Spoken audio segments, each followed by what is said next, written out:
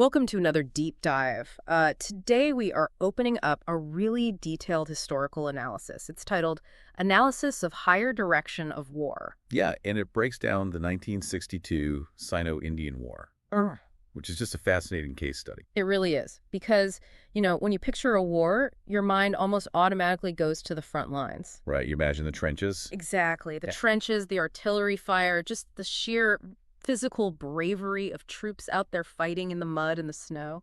But today we are taking a completely different angle. We're asking, well, what happens when the people at the very top of the chain of command are looking at the wrong map entirely? Yeah, we are zooming way out. We want to explore why command responsibility matters every bit as much as battlefield courage. And I think it's a critical perspective for you to take, Mm. honestly. Mhm. Because to understand where things went wrong in 1962, we first need to look at what effective strategy actually is. Right. It's not just shooting at the enemy. No, not at all. War is never just a series of isolated battles. It's this complex integration of national objectives, political direction, and military execution. The source material actually breaks this down into a sort of equation, doesn't it? It does. Think of it as a strict equation. You need a correct aim, plus professional advice, plus resources, plus execution. And all of that equals effective strategy. Exactly. And if any single one of those variables is missing or, corrupted in some way, the entire system just collapses. Okay, so that equation is basically going to be our compass for this deep dive, because the first major friction point we see in the sources is something called the forward policy. Right, the forward policy. And to really understand why this caused so much friction, you have to look at the political climate of India in 1962. I mean, this is a relatively newly independent nation. Yeah, they were operating under a pretty heavy dose of post-colonial idealism. Right. So the civilian leadership's political objective was to aggressively assert a border presence against the Chinese. But the thing is, they fundamentally believed that China would never actually resort to a full-scale violent reaction. Which is just incredible hubris. They honestly thought they could just maneuver pieces on a board without any pushback. Yeah, like a game of chess where the other person isn't allowed to take your pieces. Exactly. And that political hubris completely blinded the civilian leadership to the actual military reality on the ground. Because the commanders on the ground were handed just a monumental task. Oh, impossible. They had to establish a sustainable defensive system along this massive, totally unforgiving Himalayan border. Right, and let's look at what they were actually working with to do that. Well, the military severely lacked roads, transport, basic logistics. I mean, the political aim is aggressively pushing forward, but the military capability was practically zero. So the military is handed this policy that is just completely divorced from reality. How did the commanders actually respond to that? Well, the sources show a huge divide in leadership styles here. I mean, a really profound divide. Oh, really? Like who? So previous commanders, men like Timaya and Thorat, they had actively resisted implementing this policy. They pushed back. They did. They provided professional military advice, they highlighted the risks, and basically pointed out that the aim did not match the capability at all. But the new leadership went a different route. Right. General Sapar, General Sen, General Call, they chose a very different path. They just complied. And the way they complied was by deploying these small, completely isolated posts all along the border. Yeah, instead of building strong, mutually supporting defended localities, they just scattered their forces. Which results in what military strategists call defeat in detail. Right. And for anyone listening who isn't familiar with that term, it basically means the enemy doesn't have to fight your whole army all at once. Because your troops are scattered in these tiny, unsupported camps with weak logistics. Exactly. So the enemy can just easily pick them off one by one. But I do want to push back on the military's culpability here for just a second. Okay, sure. If the civilian government explicitly orders the army to establish these forward posts, I mean, doesn't the military have to obey?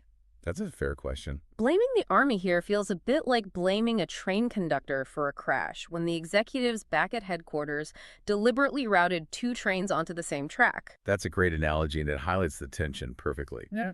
But professional military doctrine views civilian control through a very specific lens. Which is what? Well, yes, civilian control of the military is an absolute standard in a democracy. That's non-negotiable. Right. However, if a policy direction is flawed or even dangerous, military leaders are still obligated to convert that bad order into the most tactically sound execution possible. Ah, okay. Meaning even if they had to push forward, they didn't have to just scatter their troops like breadcrumbs. Exactly. They had choices. A professional implementation of a really difficult policy would have looked entirely different. How so? What should they have done? They should have established strong, consolidated bases at strategic choke points. And then from those secure bases, they could have sent out well-equipped patrols. So keeping the core strength intact. Right. They should have planned for robust reserves, coordinated fire support, secure supply lines, and crucially, they needed clear withdrawal plans for when those forward detachments inevitably came under heavy attack. But the new leadership did none of this. None of it. Which brings up another really fascinating layer of this failure.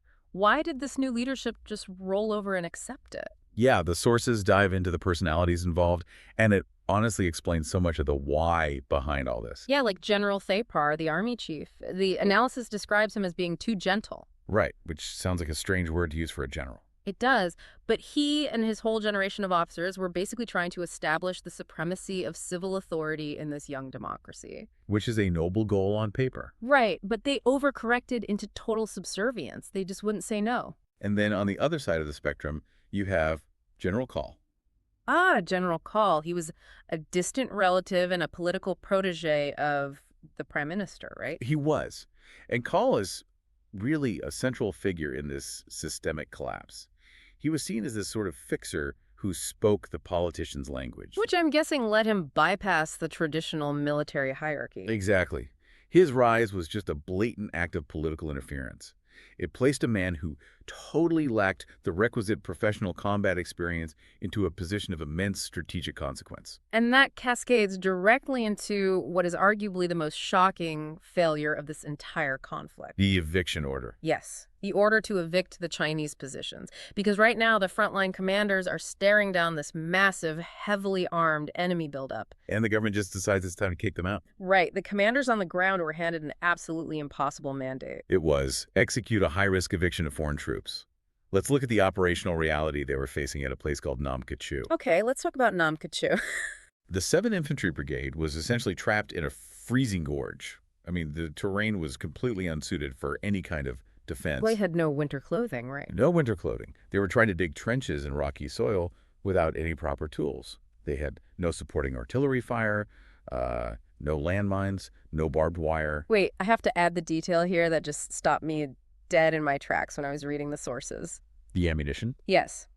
They had exactly 50 rounds of ammunition per man, 50 bullets. It's unbelievable. I mean, that is practically nothing in a firefight. You fire a few quick bursts, and your weapon is completely empty.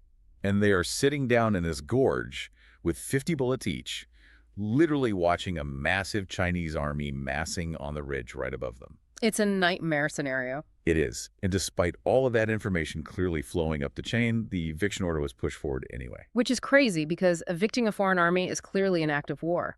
Exactly. A decision of that magnitude should have involved the highest levels of the cabinet. You'd expect comprehensive risk assessments, massive logistical preparation. Right. You'd think it would be a huge formal process. But the defense minister issued this order in a highly improper, super informal manner. And the commanders on the ground knew it was a suicide mission. They absolutely knew. The brigade, division, and corps commanders all tried to resist. The brigade commander even offered to resign rather than carry it out. But General Thapar, the army chief, what did he do? He merely indicated his reservations by asking for the order in writing. Right. And the written order to undertake an act of war against a global superpower Was signed by an undersecretary. an undersecretary in the Ministry of Defense. When I read that, I was genuinely floored. I mean, it is a complete collapse of institutional safeguards. It really demonstrates a total abdication of command responsibility at the very highest levels. And sadly, the subsequent choices just made it worse. Because the local commanders were still resisting, right? So the government decides to send General Call specifically to go down there, fight, and ensure this eviction actually happens. Right. So Call arrives at Nam Kachu. He physically sees the freezing gorge. He sees the troops with 50 bullets. He looks up at the massive enemy buildup. Yes. And he instantly realizes his brigade couldn't hold a defensive line for more than an hour. So he pulls them back, right? I mean, you see that reality. You have to save your men. He did absolutely nothing. Must say. Nothing. He prioritized his newly minted political image. as the aggressive commander who would finally fight, Hmm. he prioritized that over the imminent destruction of his men. Oh, wow. And when the Chinese offensive actually began, the 7th Infantry Brigade was completely annihilated. That is just devastating. And it highlights something the sources talk about a lot, which they call command decision points. Right, command decision points. This is a crucial concept. It's the exact moment when a leader must weigh new, undeniable reality against their original plan. So when new information appears on the ground, Exactly. Like seeing your men have no ammunition and the enemy is overwhelming. In that moment, a commander must reassess, modify, and adapt. the plan has to change when reality changes. It has to. General Call failed to balance the mission given with the resources available.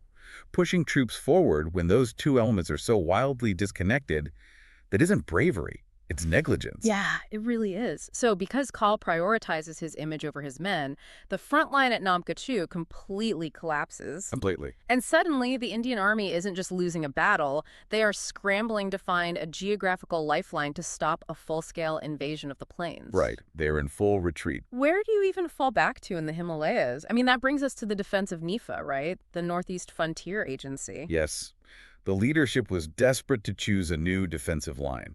And geography basically presented them with 3 main options. Okay, let's go through them. First, you had Tawang. But Tawang was way too close to the rapidly advancing enemy. It was tactically unsound, and honestly, it could be easily bypassed by the Chinese forces. Okay, so Tawang is out. What was the next option? The second option was Bomdila. Now, this position sat much further back. Okay. It gave the army the most time to prepare deep defenses. It severely stretched the Chinese supply lines, which is a huge advantage. Yeah. And it was much easier for the Indian military to supply from the plains below. I mean, Bomdila sounds like the most logical, secure fallback option by far. It had immense strategic merit. It really did. But there was a third option, Selah, and that is ultimately what was chosen for the immediate stand. And tactically, Selah wasn't a bad choice, was it? Actually, no. On paper, Selah had incredible potential. It was this highly dominant mountainous terrain that was really excellent for building mutually supporting defenses. So they could cover each other. Right. And it still provided adequate time to dig in before the main Chinese offensive actually hit. The troops honestly had a real fighting chance there. Okay, so they pick strong, dominant terrain at Selah. It makes sense. But the sources reveal this turned into an even bigger disaster than Nam Kachuu. Sadly, yes. How does a strong geographical position collapse so completely? Because the position didn't fail. The command structure failed the position. What do you mean? Well, the general officer commanding-in-chief, this is the overarching commander of the entire Eastern Theater, he was sitting in his headquarters in Lucknow. Wait, Lucknow. If you are listening and picturing a map of India right now, Lucknow is hundreds of miles away from this actual frontier. It is entirely disconnected from the visceral reality of the Himalayas. Yeah, it's not even close. No. And from a paper map in his office in Lucknow, this commander ordered frontline troops to occupy a completely useless, highly exposed position called Sangley. But the local commanders must have known that was a terrible idea. They did. The local commander, General Prasad, who was actually commanding the 4th Infantry Division on the ground, he objected immediately because he actually understood the terrain. And what happened to him? He was fired. Fired. Fired for knowing the terrain better than the guy hundreds of miles away. Exactly. And he was replaced by General Pathania. Now, Pathania was a decorated general, but he had absolutely no knowledge of the local ground, no familiarity with the subordinate commanders, and zero understanding of the troops in that specific sector. It's exactly like trying to coach a championship football game from another continent using a radio that keeps cutting out. That is a perfect way to put it. Right. You are blindly moving player magnets around on a whiteboard, but you have literally no idea if it's pouring rain, if your players are exhausted, or if the field is completely torn up. That analogy captures the fatal flaw of map-based decision-making perfectly. Planning without ground reality is always catastrophic. You just can't do it. You can't. You simply cannot bypass physical reconnaissance, true terrain appreciation, and the vital input of your local commanders. So what was the actual result at Selah? Because leadership relied on a map from hundreds of miles away, the operational effect on the ground was just sheer command uncertainty. Just chaos. Total chaos. Troops received these vague, constantly contradictory withdrawal orders. Move here, no move back, hold the line, retreat. The men completely lost all confidence in their leadership. It sounds like panic. It was. The tragedy of Selah isn't that the troops were beaten in combat. It's that they were essentially denied the chance to fight at all by their own commander's panic. That is just a staggering contrast to the physical courage we talked about at the very beginning of this deep dive. It really is night and day. Because later in the conflict, if we look at the Western sector at places like Shishul and Rizangla, we see a completely different story. A completely different outcome, yeah. The troops there faced the exact same overwhelming Chinese numbers, but the local leadership had clarity. They prepared, they dug in, they understood their ground, and they fought with just incredible cohesion. The battles at Chushul and Rizangla are vital points of comparison in this analysis. They absolutely prove that the Indian soldier was more than capable of extraordinary resilience when they were given proper leadership and clear direction. Right, the men were brave. They were incredibly brave. The failures at Namkachu and Selah were not failures of the troops. They were institutional failures, failures of the men appointed to lead them. Which forces us to look critically at what kind of courage is actually required at the highest levels of leadership. Right. I mean, we can acknowledge that men like General Thapar and General Kaul had dedicated their entire lives to the military, but when they were faced with unprecedented political pressure, their leadership just evaporated. Because navigating that kind of political pressure requires a totally different type of bravery. What do you mean? Well, military analysis draws a very strict distinction between physical courage, which is, the willingness to risk your life under fire and professional, or moral courage. Moral courage, how does that practically apply to a general sitting in a briefing room?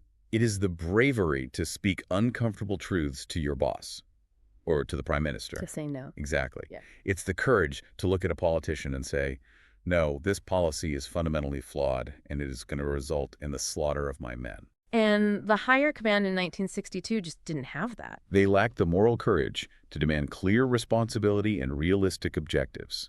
They traded their professional duty for political compliance. They let the fear of upsetting the civilian government completely override their duty to protect their own soldiers. And the strategic lesson there is absolute. Strategic leadership requires an unshakable commitment to truth. When a commander accepts a mission, they take ultimate responsibility for the lives of their troops. Period. Period. If the political aim does not match the military capability, professional disagreement isn't insubordination. Highlighting risks is a core duty of command. So if pull all these threads together, Right. we started this whole deep dive with that equation. Right. Correct. Aim plus Yeah. professional advice plus resources plus execution. Equals effective strategy. We've seen how the political aim was built on this massive hubris that China wouldn't fight. Yep. We've seen how professional advice was suppressed because the leaders lacked moral courage. We saw resources that were practically non-existent. I mean, freezing men with 50 bullets. And we saw execution totally crippled by commanders staring at paper maps hundreds of miles away from the reality of the ground. It just proves that war, and truly any massive national endeavor, is a framework that encompasses all elements of power. Political, military, economic, diplomatic, and intelligence. They all have to work together. They do.